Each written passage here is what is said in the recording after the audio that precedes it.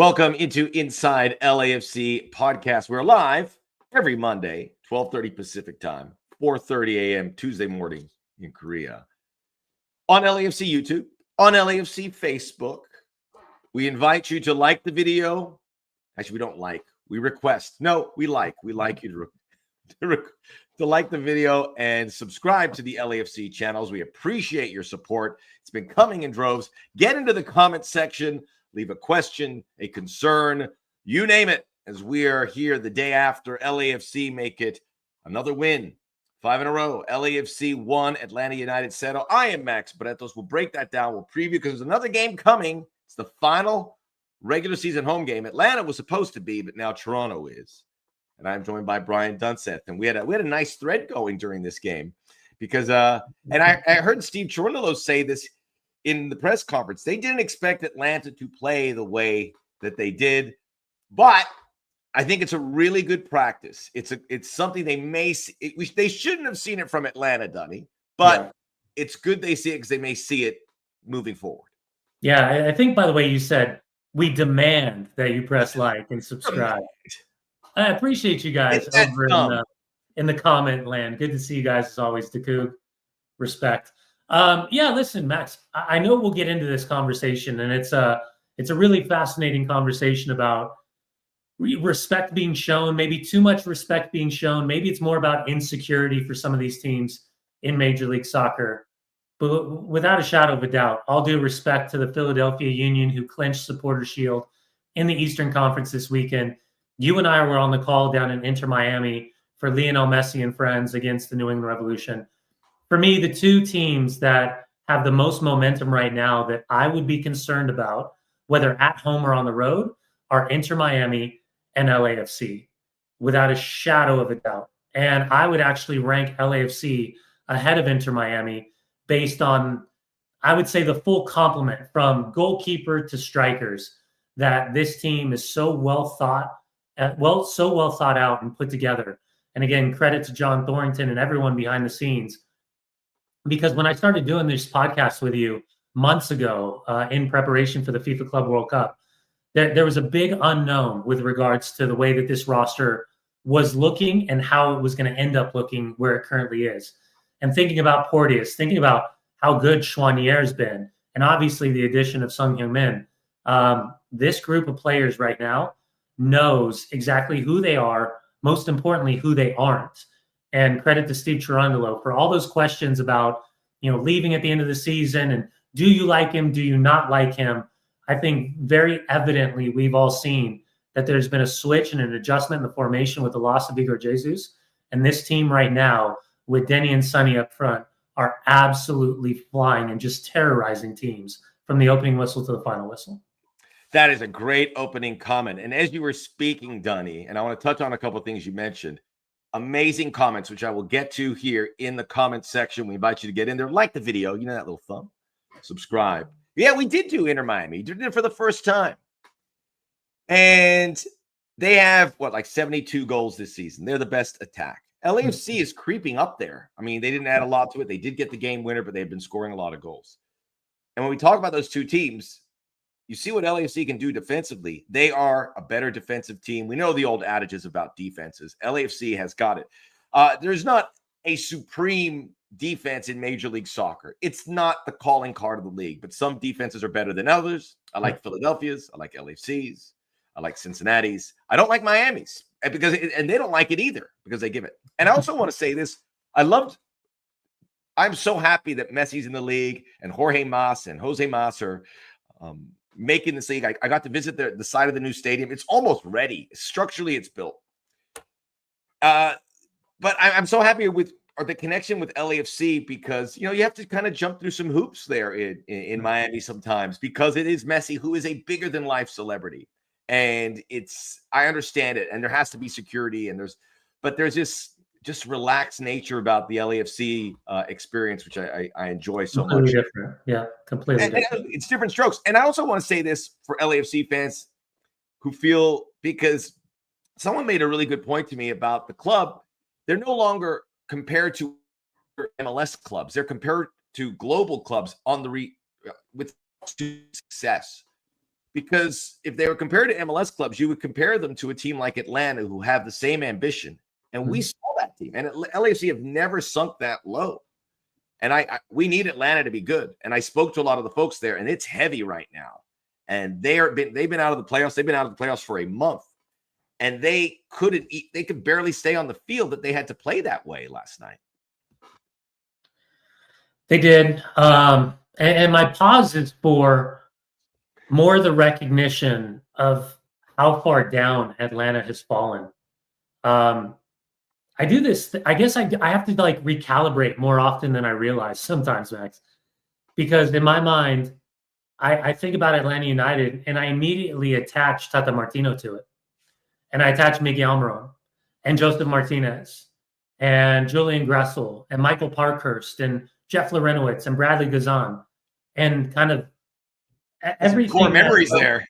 Well, and everything that like Carlos Bocanegra and Darren Eales put together. Because from day one, Arthur Blank, Uncle Arthur Blank, Mr. Arthur Blank, Home Depot Arthur Blank had done a phenomenal job in giving every possible asset to the group of leadership to put together that team. And, you know, I was having this conversation today. I would kind of equate it to the perception of like Manchester United and Sir Alex Ferguson, what the present Manchester United is versus what Manchester United was underneath Sir Alex Ferguson. That's kind of the same thing I have to recalibrate when I'm thinking about Atlanta United. Because never once in my mind did I think about a team that spent close to $50 million in the offseason to rebuild the organization from the ground up, to bring in Ronnie Deila, to bring in Latte Lath, to bring in Miranchuk, to bring in Miguel Almiron. And it was embarrassing to see the way they set up. And I was texting you, and I honestly, I couldn't believe if they were in the playoff chase, I get it. But they're not.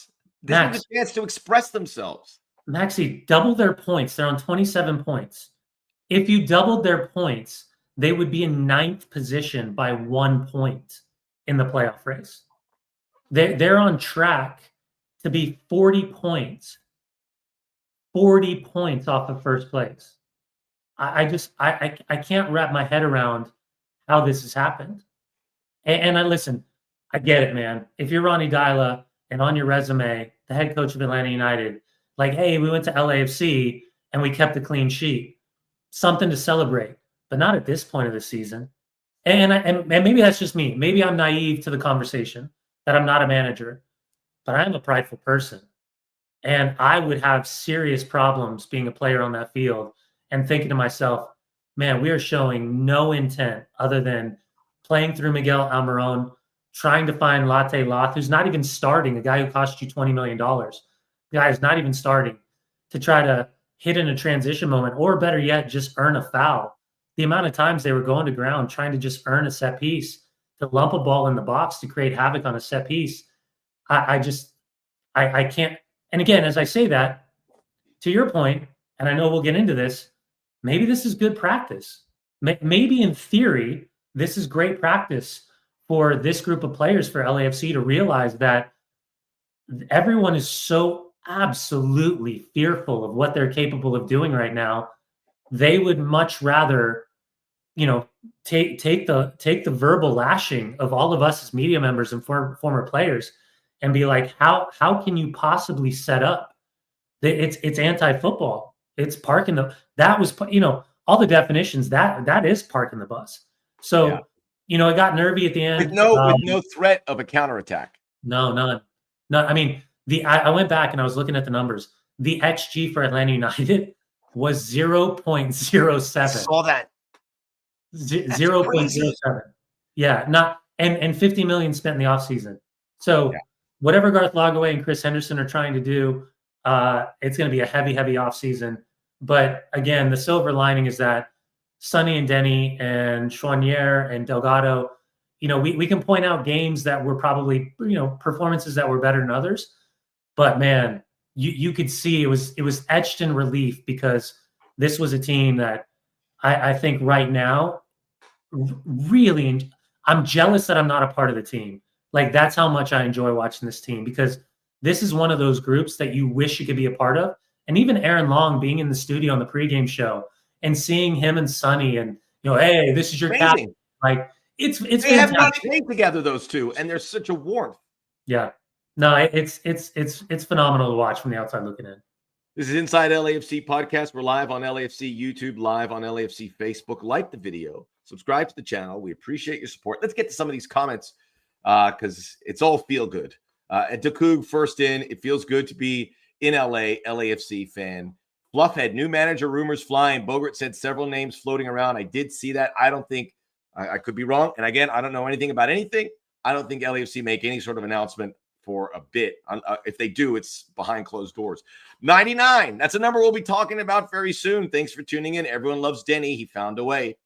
Craig, loyal listener, our second favorite Scott behind Ryan Porches. Hey, Max and Dunny. Hello. I'm at the beach between Santa Monica and Venice. Loved the game yesterday and my visit here. That's where I go running on Sunday too. So go hit Abbott Kinney. I don't know if it's still there. Lattes up on Pico. It was my spot when I was there many moons ago.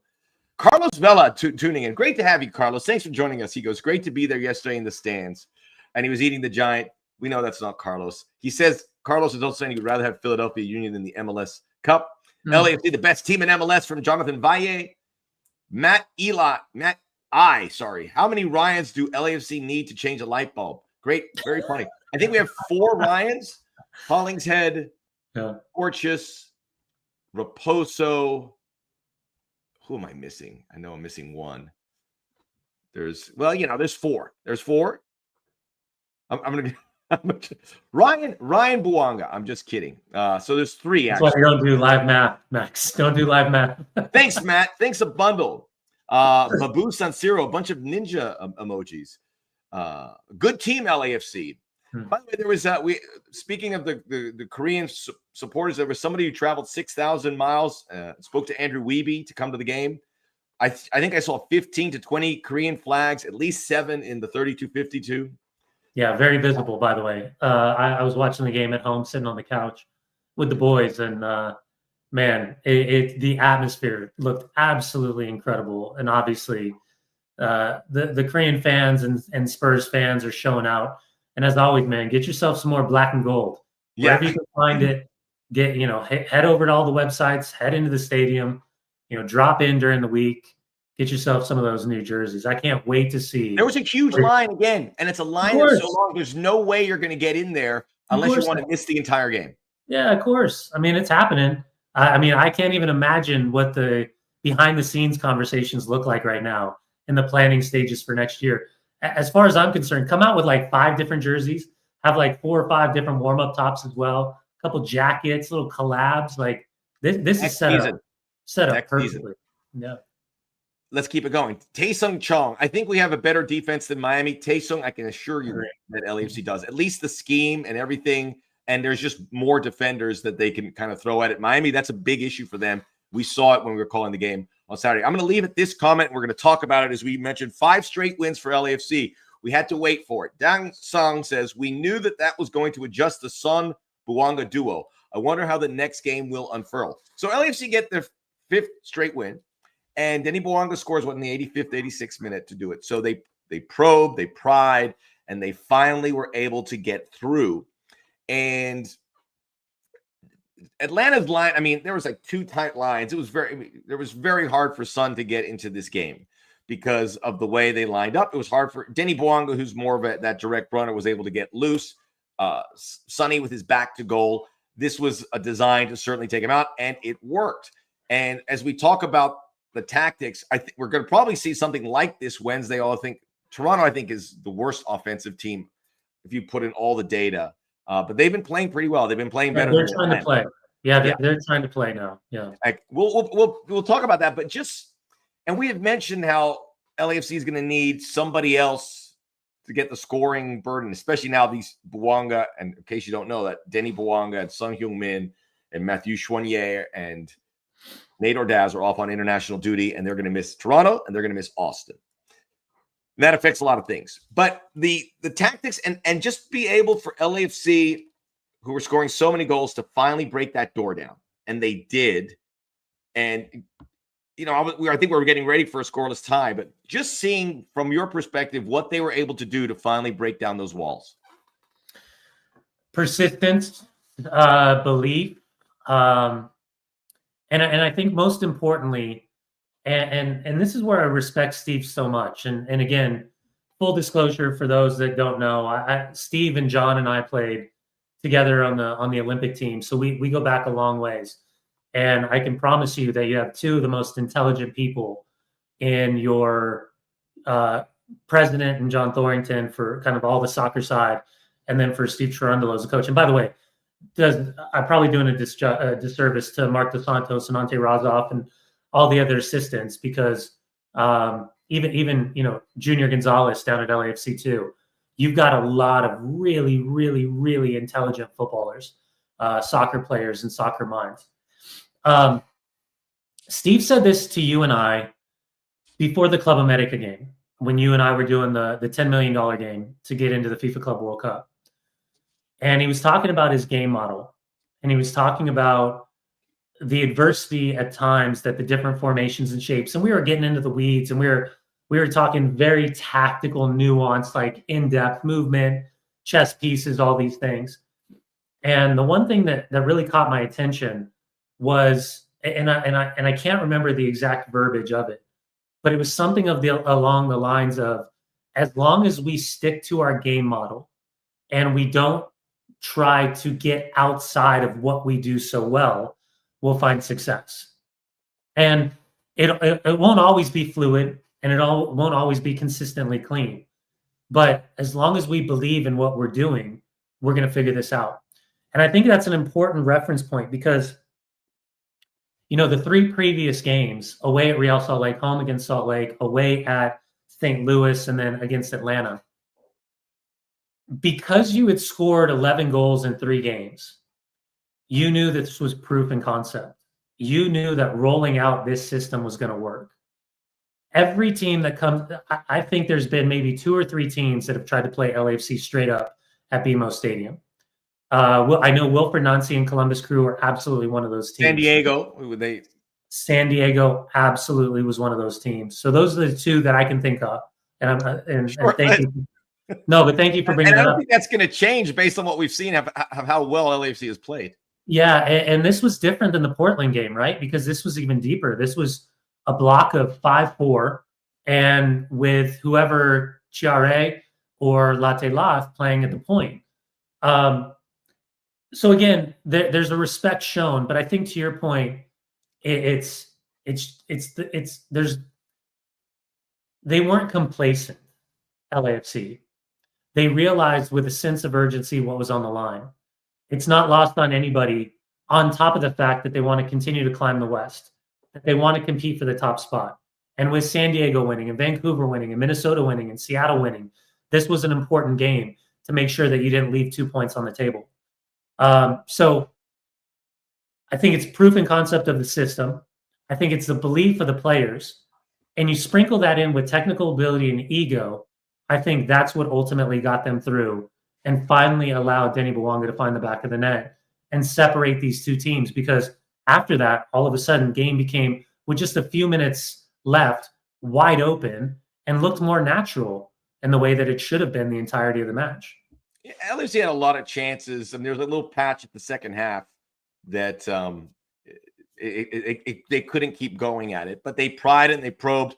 This was a game, I would say, that earlier in the season, LAC probably loses after trying so much. They put their guard down. Atlanta had a couple chances. It was that weird ball that deflected off of Tafari and hit the post. Yeah. And there was like 2, which could have happened. So a little good fortune, but they were so rare. As you mentioned, the XG, Atlanta didn't threaten, and LAFC defensively are so much better. Some of the comments here. MC, I'm going to touch on this. It's an eye-opener preparation for when Sonny and Denny are not at the games. Apparently it's the real Carlos Vela. My apologies, Carlos. I really do apologize. Thanks for tuning in. Carlitos. John, I'm watching from Florida. Hello. Great to have some LAFC fans there on the East Coast. The Coup, great to have all the new fans. Seriously, welcome aboard. But please get yourself some black and gold. You're not appropriately attired for BMO without it. Yes. So a little bit too much mixing colors. Son of Mac. forgive me if I said that wrong, says he's going to be at one of the Sun games in Seoul against Brazil. How exciting is that? Both Korea games, and Korea's already qualified for the World Cup, and I think there's maybe some hope that he'd stay with LAFC, but this is a World Cup cycle. You got to go with your national team without question. So, Evan, it's the Chuseok holiday week in Korea, Thanksgiving, so there were probably a lot of people visiting from there. Very nice. So I want to talk about MC a bit. And yes, no Sonny and Denny. And there's a lot of things I can take out of this game. The fact they won 1-0 because the defense is good.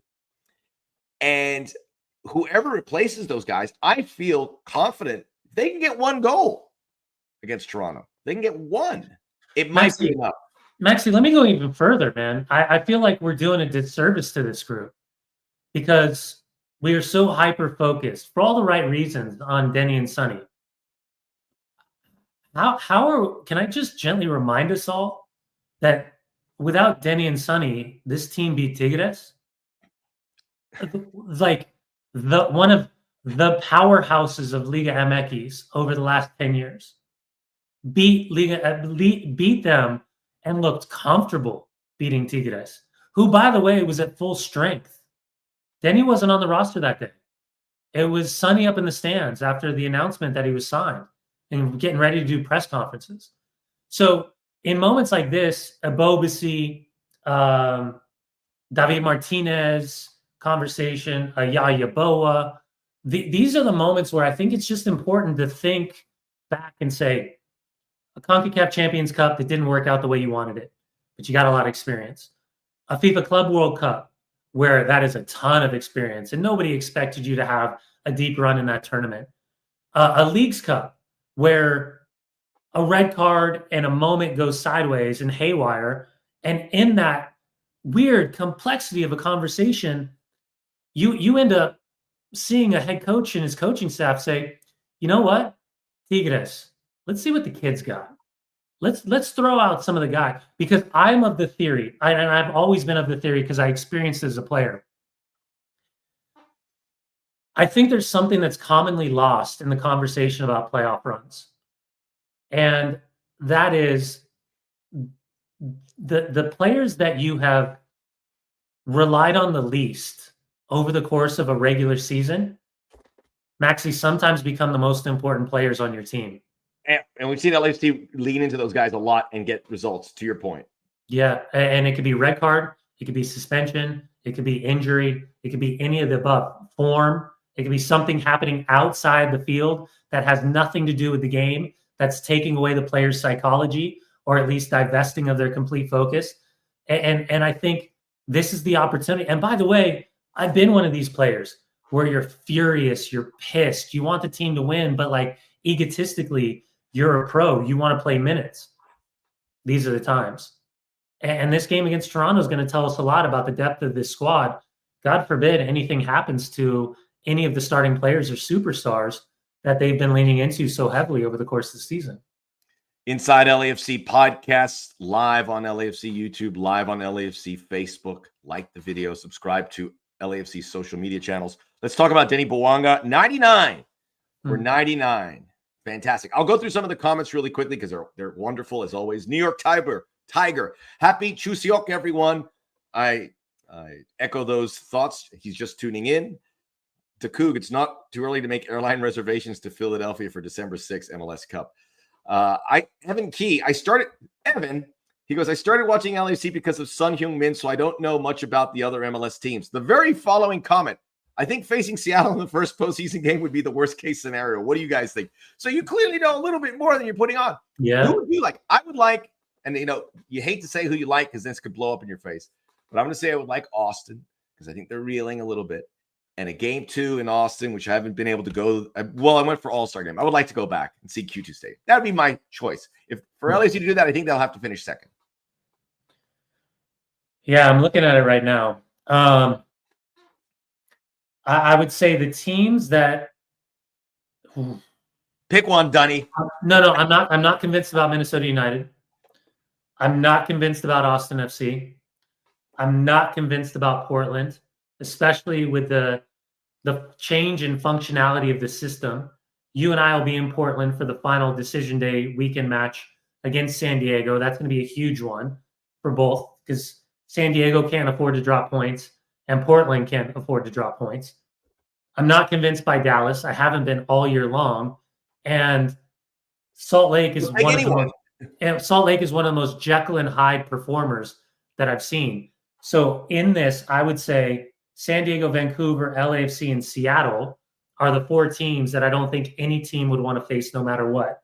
Those other 5 teams, I don't know what I would possibly get. They could punch you, but they can certainly be punched. What crazy inconsistency. So we'll talk about winning the West because it's still in play here thanks to this win against Atlanta. But Denny Bwanga, he just played his 100th regular season game, 99 goals for a great number 99. We love 99. Wayne Gretzky, 99 Luftballons, dated reference, and now Denny Bwanga. Some great number 99s through the years. He's also now tied with Lionel Messi for the Golden Boot. So they both have 24. The Golden Boot, now Messi's going to be with Argentina. Denny Bwanga is going to try and get Gabon in the World Cup. He has a shot. He's probably going to have to go to the playoff to do it. So they're going to miss both the next 2 games. So it'll come down to decision day. And if it ends up tied, Messi will get the benefit of the doubt because of the tiebreaker is the goal contribution, which he's got 15 assists, 17 assists. It's crazy. Yeah, I think he's 40, 41 goal contributions on the year. Yeah. And we've seen so many people in the comments who came for Son, and they are now smitten with Denny Bwanga, who could. I think he was involved in 9 or 10 chances, and I think a lot of people, I haven't seen it yet, but the opportunity where he could have crossed it because he had his head down to Son, who could have tapped in the second. That's okay, but I'm all right with that because and people will say, okay, is he passing? That's who Denny is. The deadline runner, and you don't even gotta take it. They love each other. Yes. It's a bromance. It's like me and you when we're on the road. It's a bromance. Like we're having fun. I almost wish Denny shot that ball.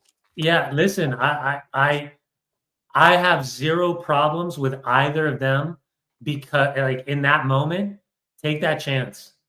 Because I wouldn't want anyone like those are the 2 players that you want in the box with the ball at their feet, being able to create something out of nothing with either foot.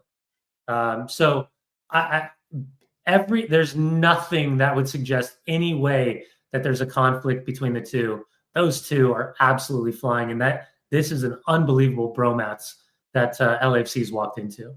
Fantastic stuff. Sir Crispy, hello, Mr. Bretos and Mr. Dunseth. Soccer USA, would Dunny ever consider getting into coaching? Seems like he'd be fantastic at it. No words required. He's doing pretty good in this content TV space. Jay Shawnee, would it be a stretch to say Son is a 2-way player since he drops really deep and has to bring the ball up himself? He can do anything. That's the beauty of Son. Yeah. And by the way, I don't think this is an outrageous statement to suggest that LAFC actually got a deal with how much money they spent for Sonny sending over to Tottenham Hotspur. Because I'll tell you what, with the way that he has impacted this league, both on and off the field, from a commercial standpoint, from a playing standpoint, 20 to 25 million seems like pennies spent on the true quality of the human that you've gotten. He looks really happy here as well. And he was at a Rams game last week. He was in a GQ shoot. Son, you made nice on the eyes. He was like, pretty good. Pretty good looking dude. John Lee, I'm willing to get 2 points or more without Sonny and Denny. Max and Dunny. And by the way, there was an IG post asking about that play. Thanks to our producer, Sarah, for providing this, where Son talked about that Denny play. He said, Denny, shoot the ball. He was saying to Denny to shoot the ball the whole time. So there you go. Those 2 guys, don't even think about it. But you know what? That was my words, Dunny. No one else is saying that anymore. But by the way, Maxie, you and I were talking about when Denny first came to LAFC. And at the time, Chicho Arango was the undisputed goal scorer for LAFC. And just to think in such a short amount of time, how incredibly, wildly consistent. And by the way, I would love to see what his ratio from creation to finish really looks like, what the gap is, because it's got to be minuscule. when you compare and contrast to other strikers or other attacking players in MLS. The only way to stop Denny is to kick him.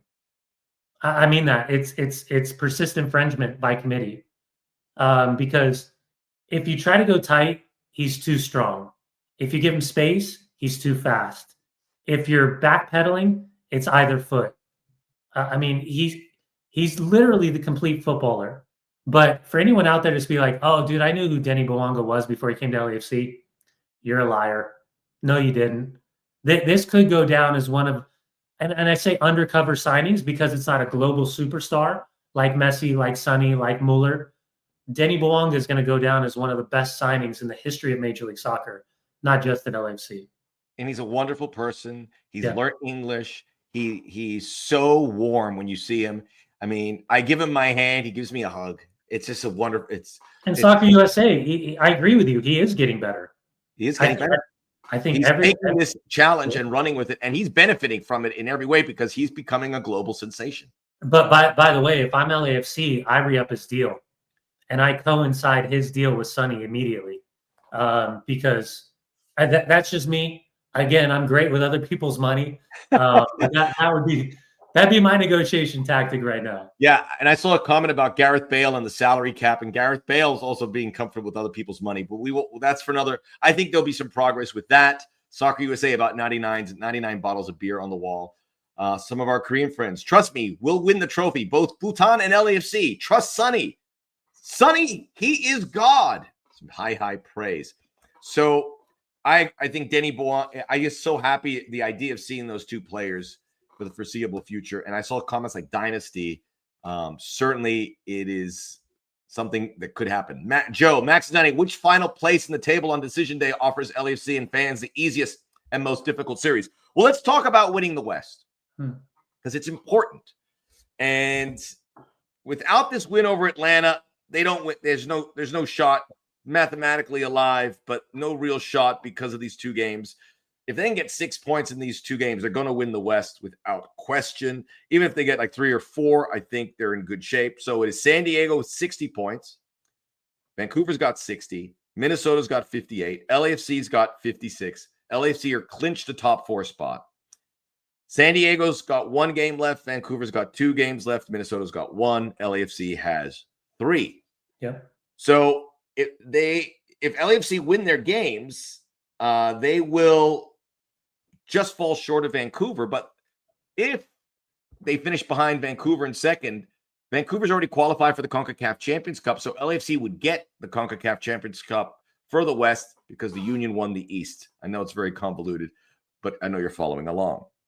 So San Diego plays at Portland. We're going to do that game on decision day. And then Vancouver has... Well, they do have that extra game because of what they did in the CONCACAF Champions Cup. Yeah, they got to go to Orlando, Max. They have a Dallas home and then Orlando. Yeah, no, Orlando, then Dallas. Right. Yeah. So that they're flying across the country. Remember, that's going to be a 7-hour trip. A 7-hour trip for them to go through customs, all that stuff. The heat and humidity, which obviously isn't like mid-August. And then back to the turf to play an FC Dallas team that, by the way, has to win. Because they bare minimum need to have home field advantage if they're in that playing game. Because Real Salt Lake, they are up in Seattle. They've just got to win one of their last 2 games to confirm that final spot. Because their last game's on the road at St. Louis. Sorry, I'm trying to think about all the different scheduling matchups. So Vancouver at Orlando, Dallas, San Diego at Portland, Minnesota is on the road at LA Galaxy. So you would think that they would have a great chance for 3 points. And then LAFC, Toronto at Austin, and then Colorado. Yeah. Last 2 away. This is a fun game. Yep. And Colorado, if Salt Lake wins one of either of their last 2 games, Colorado mathematically is out. So they could be completely out of the playoffs, which, again, I've been in this moment psychologically. You know, we did the New England game. They're out of Inter Miami, New England. They're out of the playoffs, and they're thinking to themselves, I'm playing for the badge. I'm playing for my fans. I'm playing for myself. I'm playing for the collective. I'm showcasing my ability, playing for a contract, playing for somebody else's team. And what happened? They capitulated and gave up a second goal before halftime, got themselves back in the game 2-1, capitulated again 30 seconds later, and gave up a goal. And so these teams that are out of the playoffs, they have nothing to lose, but they have a very frail mentality. And that's why they're out of the playoffs. So there's opportunities to be had here. But again, the biggest challenges that we were talking about in the last 2 months is that LAFC has all these games in hand. But how do they take advantage of the games in hand? Wow. When we watched Inter Miami, drop points at DC United, drop points at Toronto, drop points against the Chicago Fire. LAFC didn't get any help from the top three. San Diego, Minnesota, and Vancouver all won their games. And yet there they are. And if they beat Toronto, they will go into third, a point behind the top two. And I think, they're even shorthanded. And you hear Steve Cherundolo after the game. He feels really good about this squad. This is a very deep squad for almost any league. And I feel they're going to be confident going into this game against a team that's making a long trip. New York Tiger, yes, sir. Came for Son, fell for Bwanga. Here to stay with LAFC. Yes. LAFC got a deal. MLS got a deal. Apple TV got a deal. Apple TV, I'm sure, is loving the numbers they're getting globally with the addition of Son Heung-min. If you're backpedaling, you're done. Yeah. If you're backpedaling against Bwanga and Sonny, it is over. Wow, these comments are, I'm a little bit behind here. Sonny's only played 9 games in LAFC. I'm excited with Sonny and Denny next season. Yeah, can you imagine? Everything next season is going to be unbelievable. But this is I think LAFC finishes second. I think Vancouver may be out. And I don't want to diminish what San Diego have done. Big time win for them. But at the very least, LAFC will finish third because I think they'll get enough in these 3 points against a Minnesota team that just has won. So, again, this is Inside LAFC Podcast. Like the video, subscribe to the channel, and let's talk about Wednesday. And I want to, instead of just previewing the game, I want to talk about what we think the starting 11 will look like. Some news things. Alexandru Balutza, who you can listen to on Black and Gold Insider, available on our YouTube page. The new Romanian striker is available. He's another player. And Jailson was there. He was there on the Shalalas. He is ready to go. Defensive midfielder. So the starting 11 for Toronto, I don't want to go through it name for name, but I've got some ideas. I think you've got so many good defenders, you probably stay with the back line as is, although the temptation to play with back four, because Jeremy Ebobisse came back and they made it front three, and against a team that's going to be very packed defensively, I think you want more numbers. So coming back to a front three is in the cards. Do you have enough players for that? David Martinez is going to start. Maybe Ebobisse, who's starting so much, he's back. Great to see him back. Timothy Tillman's played some forward. Put him up there, or Andy Morin, who came off the bench. Yeboah is available. Matthew Choinière is out, so you're short a midfielder. So I think that allows Tillman to go to the top. If they have a front three, maybe Tillman up there. Amaya comes in. I'm actually listing your 11. And then Delgado. Yeah, you could play Amaya, Raposo. You could play Segura. You could push Segura up in the pocket. Good team, man. Yeah, you can play Hollingshead sitting on that left-hand side of a back three, with Smolikov pushing up on a little bit higher. You can bring Nielsen in, bring him back. He was solid in leagues. Dude, they're fine. They're fine. The fear is obviously losing Denny and Sonny, because those are just two completely different, off the planet, difference makers. But this team, again, I remind everybody, without those two, they beat Tigres, a full strength Tigres, by the way. So I'm excited to see Alexandru. Maybe Jailson gets some minutes in here. He could sit in the pocket with Choinière.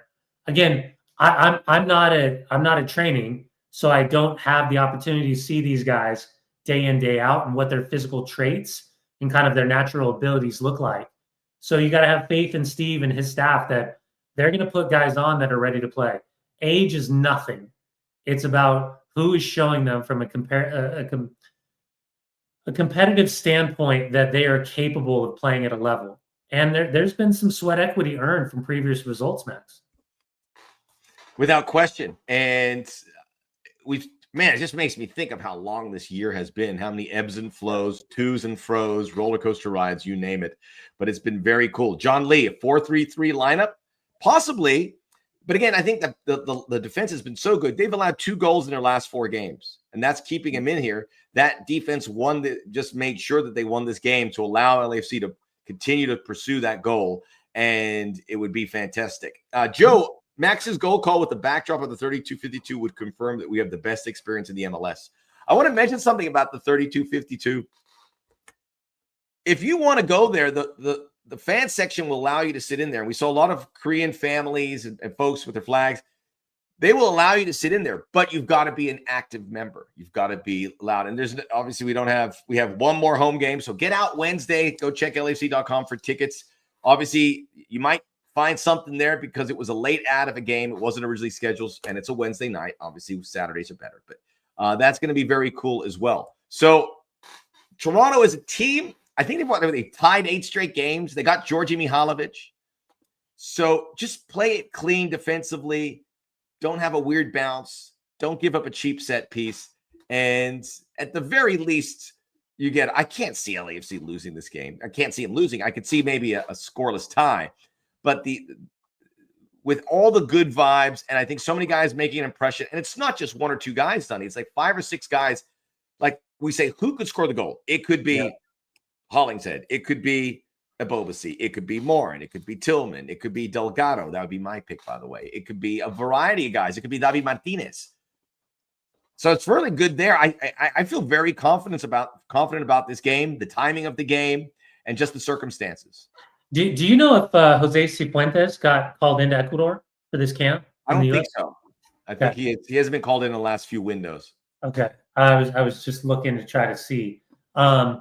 You've got a fun little matchup, fun little return right there, right, for Cifuentes, who for a while played a big role in that heart of the midfield for LAFC. So there's always a weird. I remember as a player when I left the club and I came back, it's the feel good factor of seeing everyone that you know and that you loved and you had great relationships. But then all of a sudden, weird stuff happens, and you could get a red card and like tough tackling a little bit more. You're going to have a Toronto team that's going to be hit by international duty as well. Larea, Osorio, guys like Kerr, Etienne. See if Thompson gets called in. Rosted could be they could be decimated even more so on pure numbers. So that's going to be an interesting one. But again, Robin Fraser, a good friend of ours, one of the best center backs in the history of Major League Soccer as a player, Robin Fraser. Still don't think he gets the credit he deserves. Along with the shaken Jamaican, my man, Woldy Harris coming to town. Yeah, they have nothing to lose. It's a weird anomaly at this stage of the season. You know, are they that wounded cat in the corner that comes out just clawing, or do they stay in the corner and really want nothing to do about it? I'm really, really intrigued to see what it looks like. We're going to put a bow on this show. This is Inside LAFC Podcast. Before we wrap it up, like the video, subscribe to the channel. Let's get through some of the comments. Someone's very MC. That's good news. Toronto having so many missing. They're still going to have some good players there. And they're this again, like we've seen so many LAFC opponents. This is their moment. We saw it with New England and St. Louis and Atlanta to a lesser degree, although I think they went a little sideways here. I think Toronto will look for something to really. I mean, this is a coach that wants to. Although I'm kind of repeating what you would say about Atlanta, and we didn't see it. So it's going to be challenging, but these guys are going to figure things out, and I think it'll be pretty good. Fun world. What is considered a foul in MLS? MLS referees are inconsistent, and it's frustrating. I will say this. You can't call every foul. In Atlanta, we're going, and I know someone commented about the hold on the jersey of Bwanga. That was Bartosz Slisz, which was really, I mean, he's in his right to do it, and it's a yellow card, nothing more. But, that was a tough one to call. I mean, I wish LAC got a few more calls because of the proliferation of the fouls. But it's sometimes you've got to, I mean, for the sake of the game moving, you kind of have to do that. I don't know if you want to comment on that. I want to quick from Matt. Tell Paul the security to hide the Sonny Bwanga's passports for a day. Can't leave the country without. Yeah, like Son is not relinquishing his passport to Paul. No. Yeah, and just knowing Sonny, he's got to be. This has to be a tough one for him. Like I think he understands. He's going to be tugged both ways.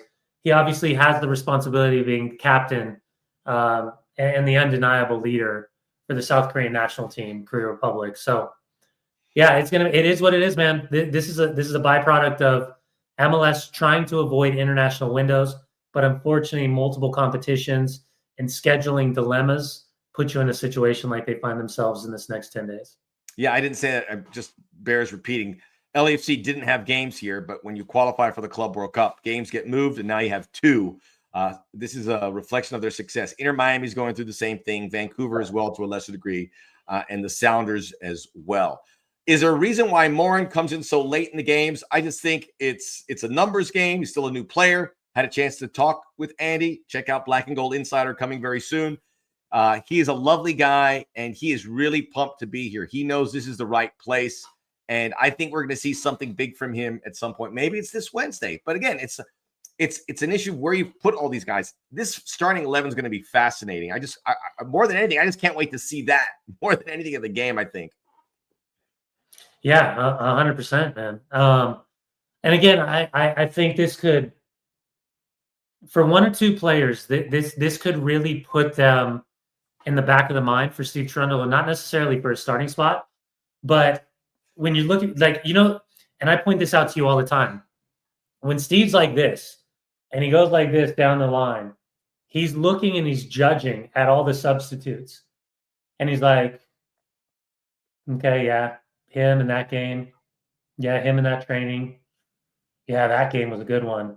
Like he's you can see he's calculating who he's going to bring in. And I think this is the opportunity to do something similar.